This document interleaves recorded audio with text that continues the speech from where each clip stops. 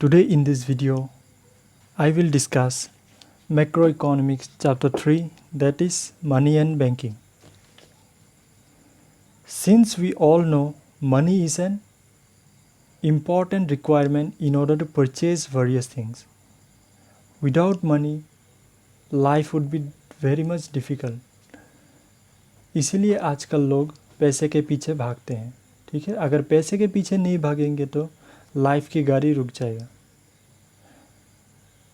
And also they cannot fulfill their needs.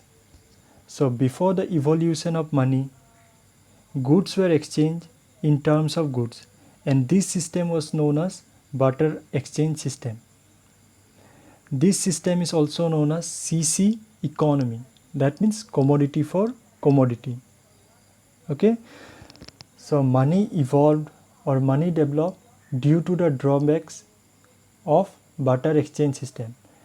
And the drawbacks of barter exchange system are lack of double coincidence of ones, lack of divisibility, lack of common measure of value, lack of standard deferred payments. So lack of double coincidence of ones means the two individuals are possession of such goods which they are willing to exchange for satisfaction of their wants. For example, suppose a person who wants your horse at the same time, he should possess a cow that you want. Okay? And the next is lack of divisibility.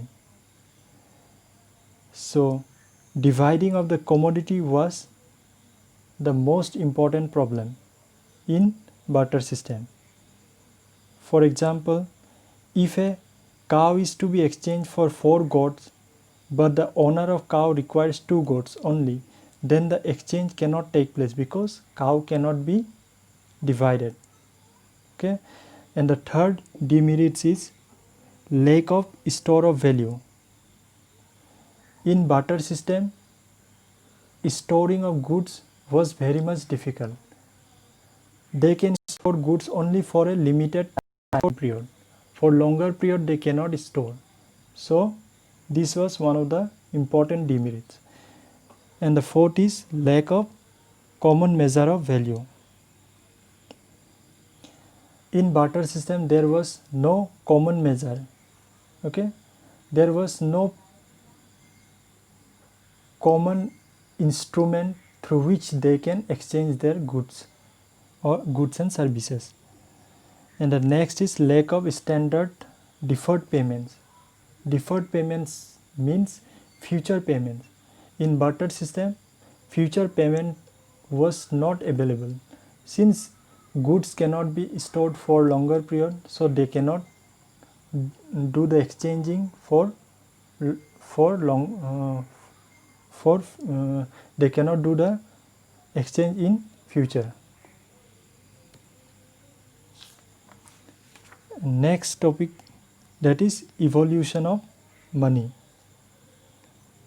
Since money has undergone a process of evolution spread over a long period of time, it developed through the following stages. In order to evolve money or develop money, it has gone through 5 stages. Okay, first is commodity money. In commodity money, wheat, rice, these things were exchanged. And in metallic money, important metals like iron, gold, silver, this kind of things were used for exchanging purpose. And the third is paper money. Paper money are those money which are made of paper. Okay, and this includes your currency notes and coins. And the third is bank money or credit money. In bank money or credit money, usage of draft checks are used for exchanging purpose. And the fifth is plastic money. In plastic money, credit card, debit card are used. Okay, and the next is definition of money. Money is defined as anything which is generally accepted as a medium of exchange, measure of value, store of value, and means for standard of deferred payments. So the functions of money are medium of exchange. The first thing is medium of exchange. So money, with the emergence of money, the problem like double coincidence of ones got disappeared. Okay, and the next is measure of value. So with the help of money we can measure the value of certain commodities. Next is store of value. So we know money can be stored for longer period of time, okay, but in barter system we cannot store goods for longer period of time. And the last is standard of deferred payment. So deferred payment means future payment.